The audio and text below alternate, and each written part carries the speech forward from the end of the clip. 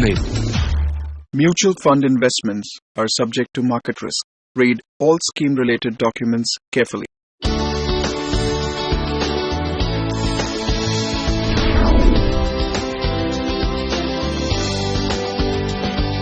Hello and welcome to Mutual Fund Day Family Financial Plan Series. In today's world, with consumerism at its peak and inflation at all-time highs, it has become more important than ever to save. In fact, just saving is not enough. Investing wisely is the key if you wish to meet your long-term and short-term goals.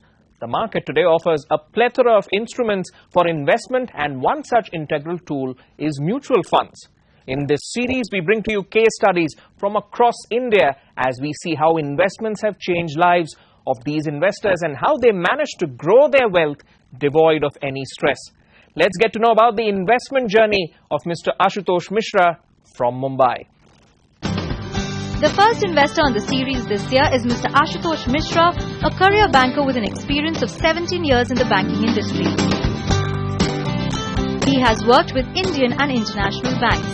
He boasts of academic excellence with an engineering degree from IIT Delhi and an MBA from XLRI Jamshedpur. Ashutosh lives with his wife Manisha and their two kids, Arya and Chaitanya, in Mumbai. His wife Manisha is an MBA graduate who is now practicing image consulting after a successful corporate career. Their kids, Arya and Chaitanya, are 11 and 9 years old respectively. I'm a career banker. This is my 17th year in the banking industry. I've worked with various foreign banks and a couple of Indian banks. I'm an engineer from IIT Delhi and an MBA from XLRI Jamshedpur. And recently I've also turned into an author. I've just published a book which is called Happiness is All We Want. My wife is also a professional. She's an image consultant. She's an MBA and she has also had a corporate career. We have a small family. My two kids who are aged 10 and 11 years old, a boy and a girl.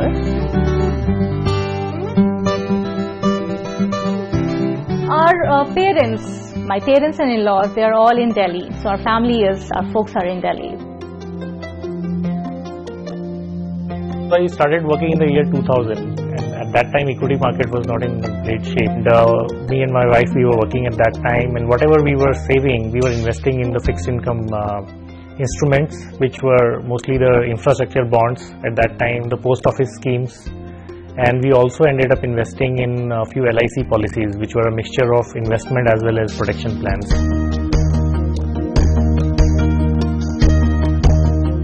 That was about first 5 years of my career. I also invested early in a property. Like my second or third year in the job, I invested in a property. At that time, I think that proved to be a good decision because property market was just starting to pick up and it proved to be a great boon. So initial period, it was a mixture of fixed income and property investments. Ashutosh's investment journey started with traditional instruments of investments with no clear goals at the start of his career.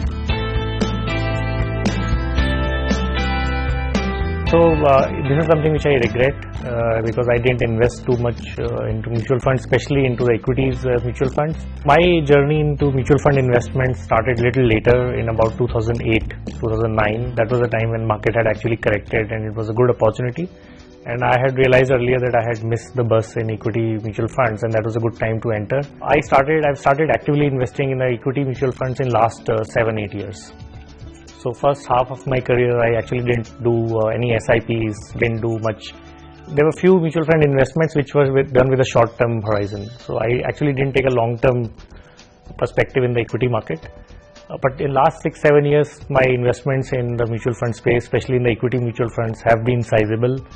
And I have done these investments in more regular form in the form of SIPs and also with a longer-term horizon.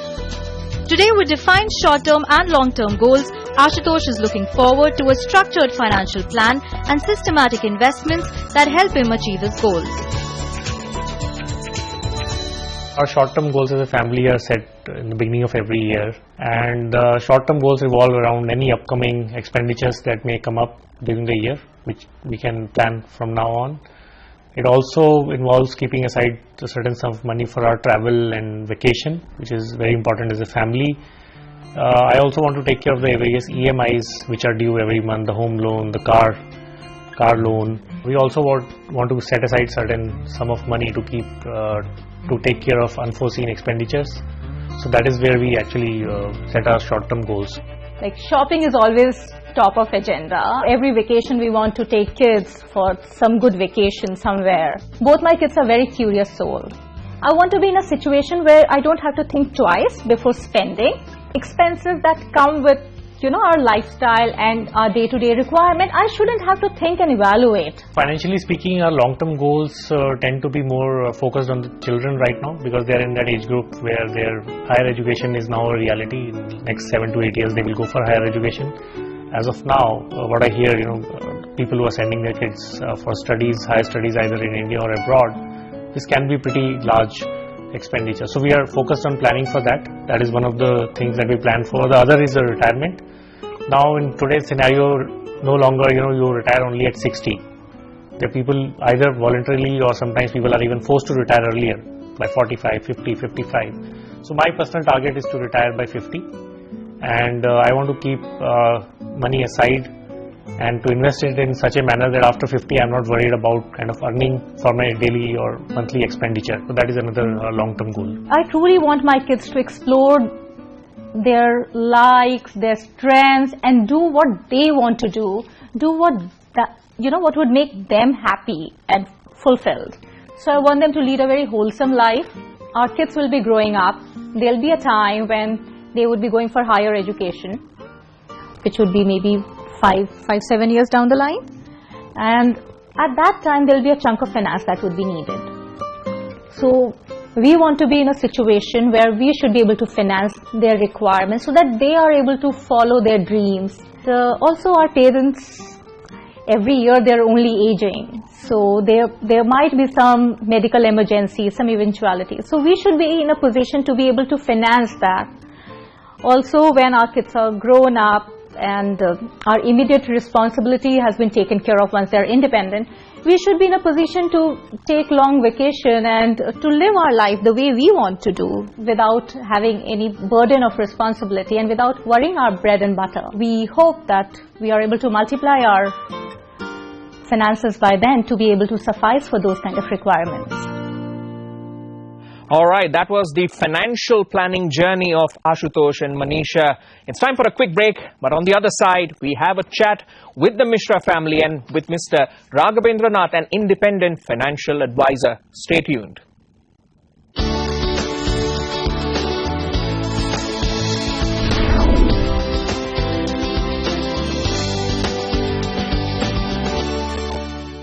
Mutual fund investments are subject to market risk.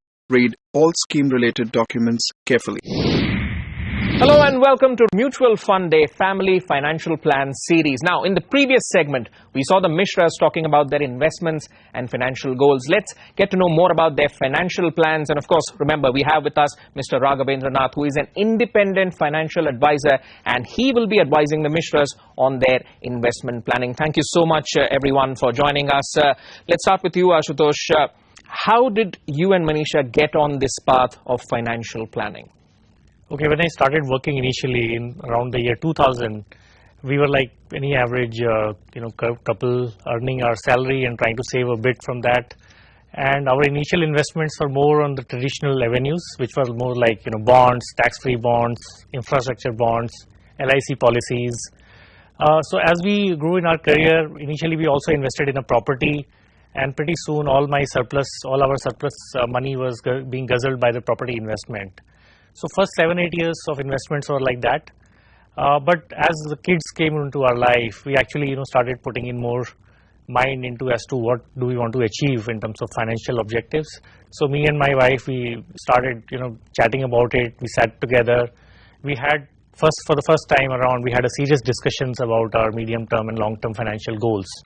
And that is where we started doing it ourselves. Around that time, we were also approached by a few independent financial advisors, and they also, kind of try to guide us as to what kind of things are possible, what are the various avenues, and that is how it started. Okay, and Manisha, when you had these discussions with Ashutosh, what is the sense that you got of how urgent it was for you to get your financial goals and financial plannings in order?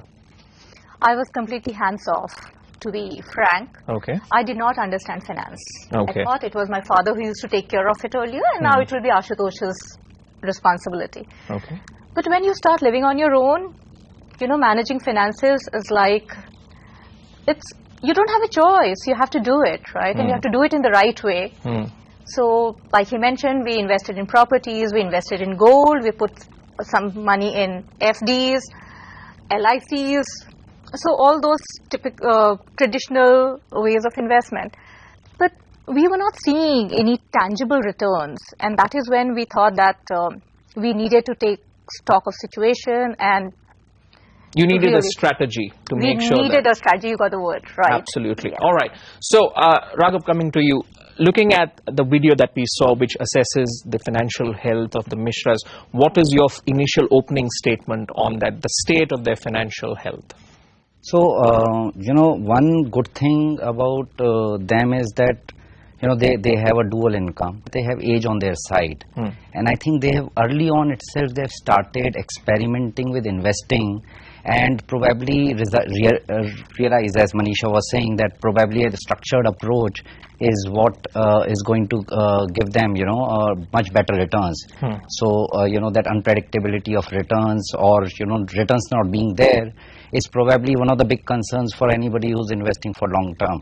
So that's something that I think they have been able to catch on early. So that's one positive thing. And probably they started experimenting with advisors rather than doing everything on their own. That is also a big positive, I think. So probably they are on the right path now in terms of kind of meeting their objectives, because they have started thinking about them much earlier than probably many people do. That's the first key point. Start the race early on. Now, let's get a picture of the short-term and the long-term goals that you had. In the conversations that both of you had, did it help you kind of narrow down the goals that you wanted? Because everyone would say, I want to own properties. But goal setting is more than that. It's more a finer art of knowing exactly what you need in the time frame that you needed. So the short-term and the long-term goals, how did you arrive at those? Yeah, so this discussion started initially with the short-term goals. So we really wanted to structure our monthly income and expenditure in a way that we take care of the basic requirements, and we also save a substantial or rather a reasonably good sum of money going on a regular basis. As Raghav said, saving regularly and this is something which we learned from our parents, that saving regularly is the key, and we didn't want to spend everything. And in addition to that, we also wanted to keep some sum of money in readily available liquid assets which can be used in an emergency. If there's any emergency or urgent requirement of money, then at that time you don't want to be stuck with some illiquid investments which you cannot use. So that was the idea, and primarily taking care of the expenditures. And one of the things also which came about was we got kids along the way, and then our monthly expenditure was increasing, and we had to do various different kind of expenditures which we never did earlier, like school expenditures and those kind of things. We also started traveling more regularly, holidays. So this is something which happens every year. Do you think that's worked for them, that they had this discussion, they had definite goals charted out, they had an idea of this is how much we will spend, this is how much we will save? Do you think that conversation is necessary these days to have a finer sense of goals that you have when it comes to financial planning? I think, it's extremely important if for anyone, all of us are earning finite amount of income, especially for people who are kind of in jobs. Whatever may be the level of income, it's ultimately finite. So since the income is finite, it is very important that you are planning your goals properly. If you have unrealistic goals which you may not be able to kind of achieve, then probably at some point in time it will start impacting your lifestyle. That discussion between the family about what do they want to do in the long term as well as in medium term is very, very important. And what about, say, emergencies or taking care of parents, which is also a significant expenditure when you look at it? How do you approach that then? When you're talking about an emergency, there are multiple things. I think people generally nowadays have become more aware about taking insurance covers adequately. Floater insurance covers, the medical plans which are there, which are kind of floating, and therefore you can cover the entire family. they have become quite popular, and people are also becoming aware more and more that rather than just insuring themselves, they can also insure parents at the same time, till when the age is on the parent side, because once the parents turn old, an insurance company is not going to give them adequate cover, or may not give cover at all, So, so that becomes a kind of a, so you cover yourself medically, your parents medically, and then you start keeping some money in the reserve, which could be probably in, for let's say somebody who doesn't have expert help at their disposal, then you basically put it in a fixed deposit in a neighborhood bank, where you can access it very quickly. And somebody who has expert help, maybe they can look at mutual funds, For instance, liquid funds have become such a fantastic tool to actually manage your short-term emergencies, I think that's the biggest myth buster here, because you would think of mutual funds as products which lock in your money, but as you mentioned that there are many liquid options for people. Because of technology, and so many investments are there actually. Interesting points, Raghav. Planning. That's what the game is about. We'll continue our discussion with the Mishra family and of course Raghav on the other side of this break. Stay tuned.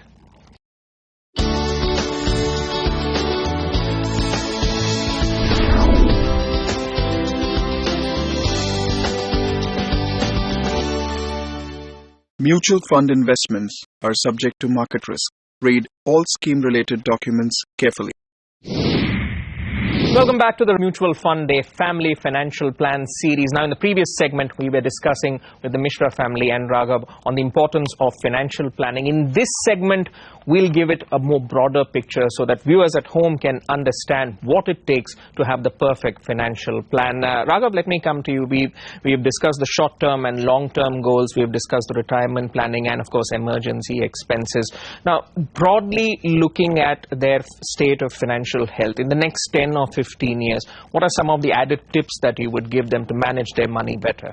I think the most important thing when you are doing any financial plan, and when it's long-term in nature, money is something that is going to stay with you for all your life, and then it's whatever is left is passed on to the next generation. So asset allocation becomes a very, very critical aspect, and I see people regularly do mistakes in that. In the last 10 years, everybody accumulated real estate, and when I talk to investors, they have only real estate and nothing else, and or there are investors who are only invested into equities and nothing else. But how do you convince them? Because real estate looks like an appealing opportunity for the simple reason that you spend money, you buy an asset, that asset is there, I don't need to worry about it anymore. Whereas people think that when I invest in financial instruments, I will need to keep a check regularly to make sure that my money is earning. Whereas when it comes to real estate, I just buy the property, in 10 years it would appreciate and I would get my exit. How do you convince them? Now, I think a very good word that you used in your statement was 10 years. Most people invest in a property and look at it after 10 years. But the same people, when they invest into a mutual fund or an equity share, they look at it every day. And that is where the difference lies, If you are investing in for long term, then your outlook for that money also needs to be in for long term. Nobody has lost money when they invested for a 15-year period in equity markets, ever. Every asset class has a cycle, and therefore to diversify and maximize your returns and minimize the risk, you need to have an asset allocation. All right. Now, talking about risk, how willing were you to look at your risk in a way that you would be okay with taking a larger than a fair amount of risk while investing, or did you say that okay, this is the amount of risk I can take? Because as they say, the safest place for a ship is in the harbor, but that's not what it's meant for. So how did you arrive at your risk profile where you said that I am comfortable with this amount of risk? Ashutosh?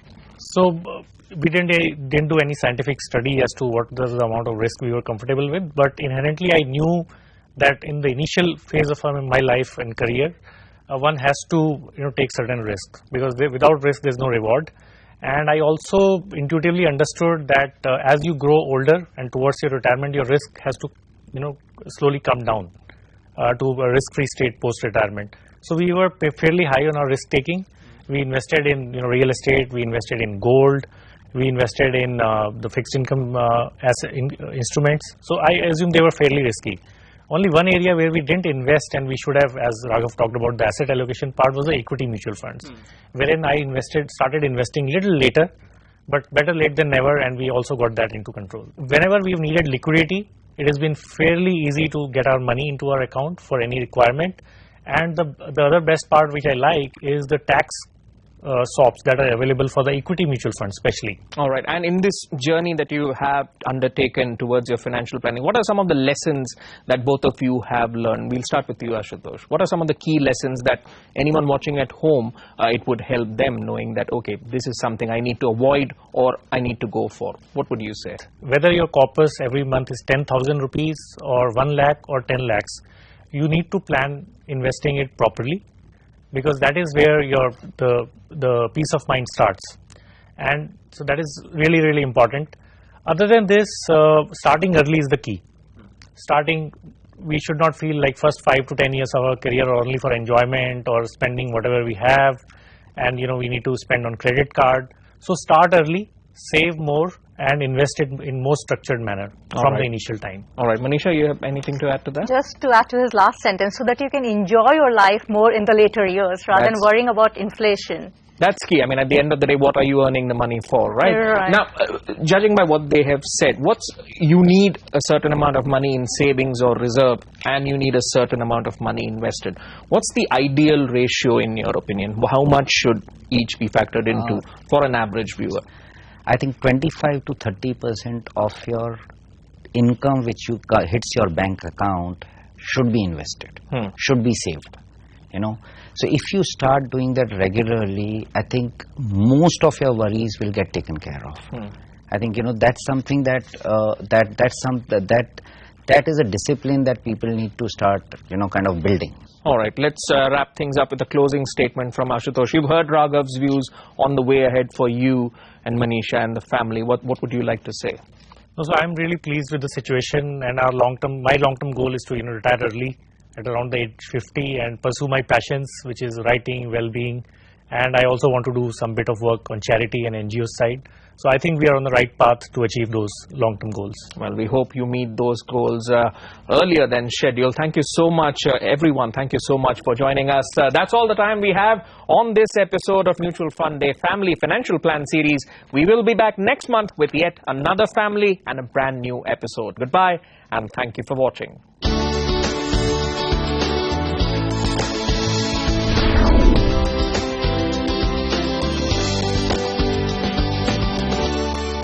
Mutual fund investments are subject to market risk. Read all scheme-related documents carefully.